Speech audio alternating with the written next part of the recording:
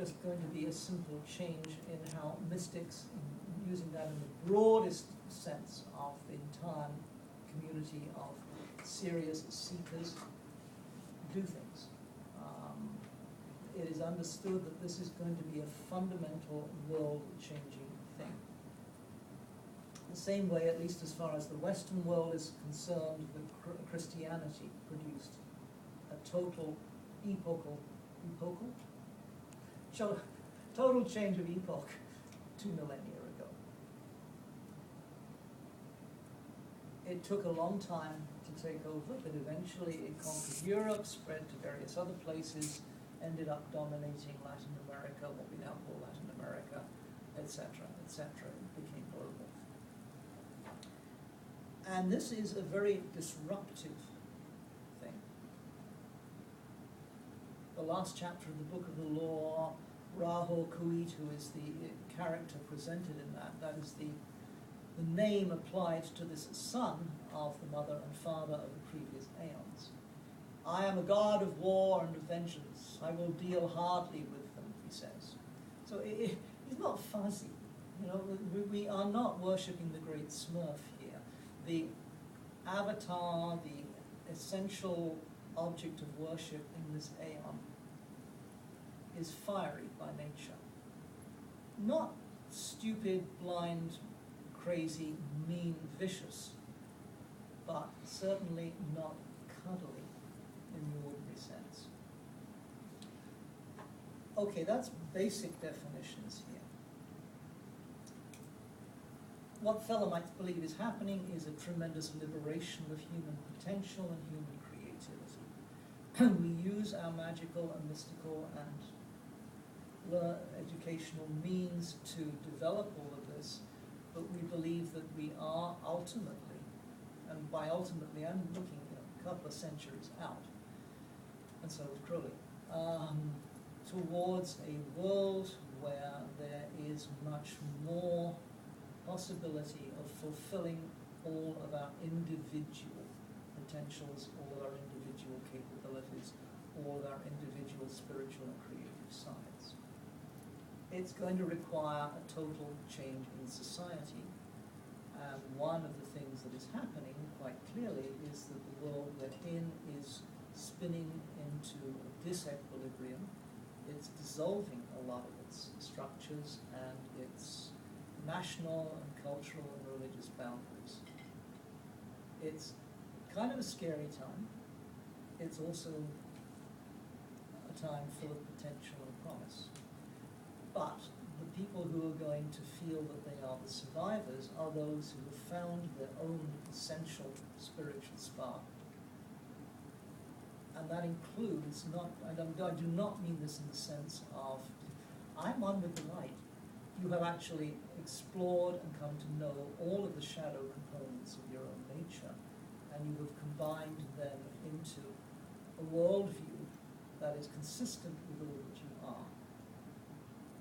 If you have done that, the odd side effect is that rather than being someone at odds with the world, you actually become somebody who is better able to interact with the world.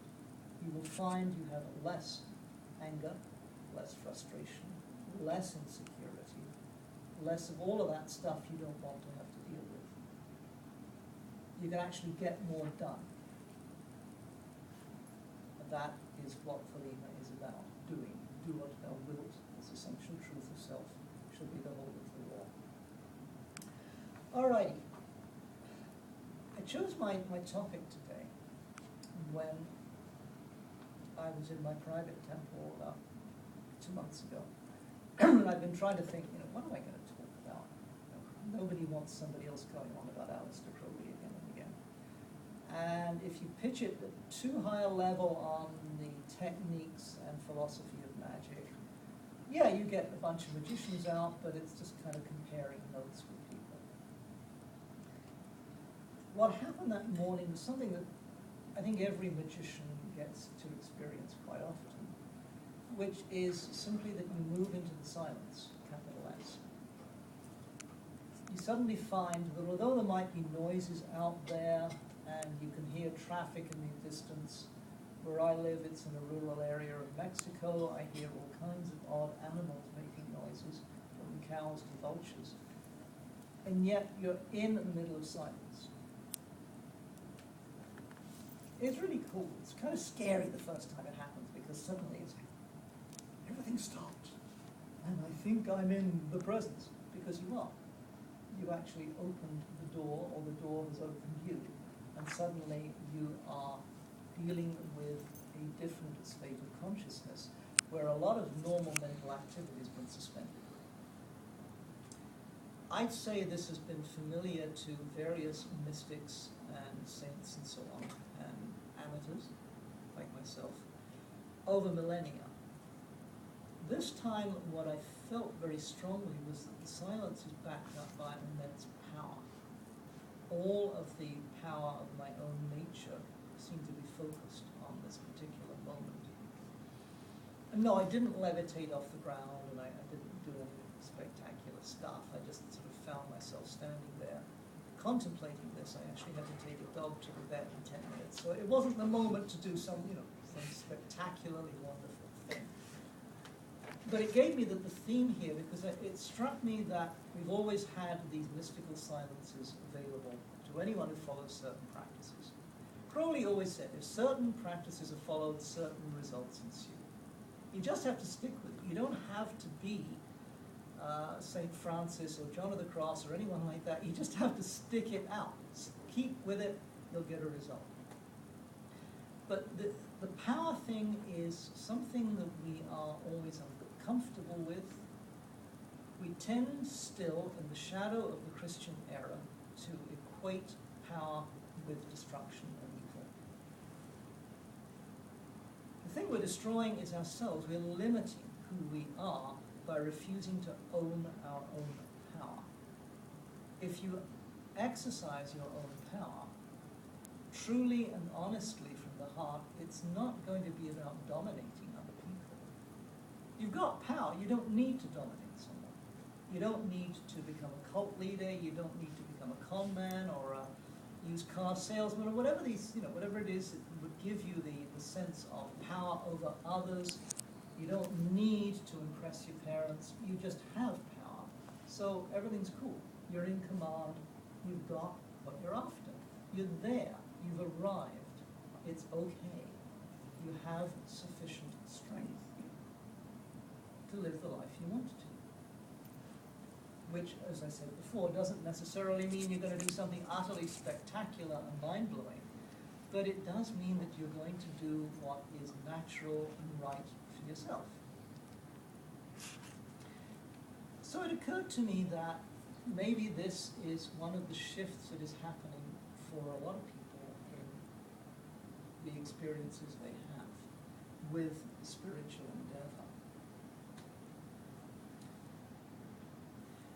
I spent some time trying to come up with a definition of the difference between prayer and mysticism and magic. I think Crowley tried somewhere. I wasn't entirely convinced by what he wrote, and I finally decided, look, prayer is just instilling yourself and becoming aware of your highest concept of rightness and truth. Mysticism is prayer squared.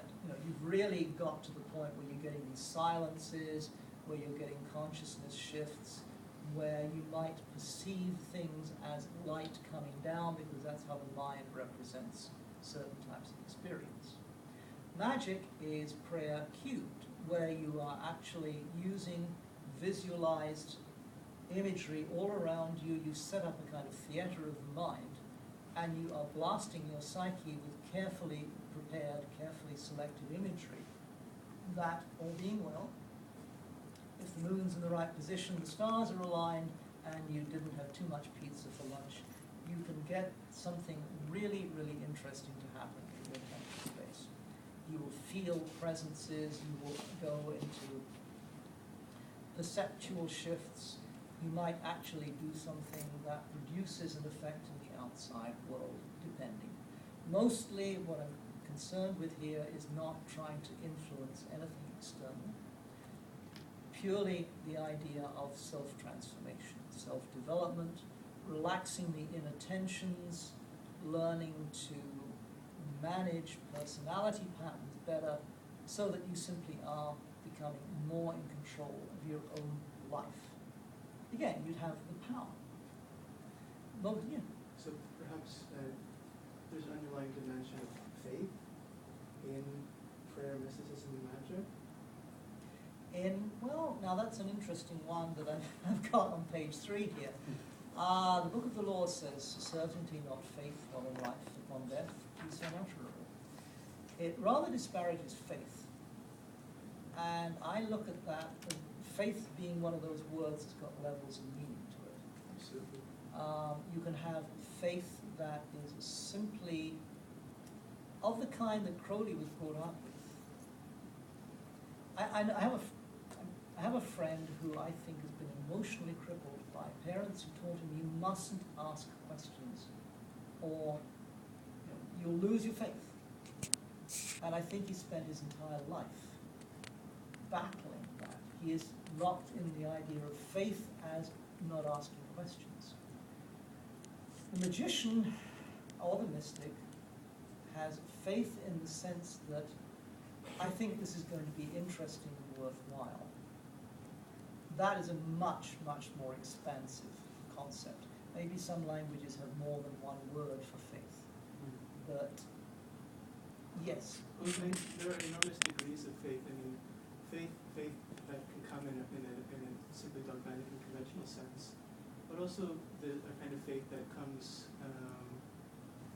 in the depths of despair. Some of the most profound moments of faith come precisely when there is nothing to have faith in. And one of the definitions of faith that I work with is from Simone Weil.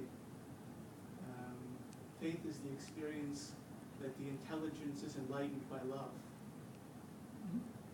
which is faith not in a dogmatic sense, or faith simply by virtue of rote or convention. So I've just been thinking a lot about the question of faith, and I think that if we construe it in a certain way, then it can underlie prayer, mysticism, and magic. Well, one of the things, I cut to the chase, yeah, I agree with you.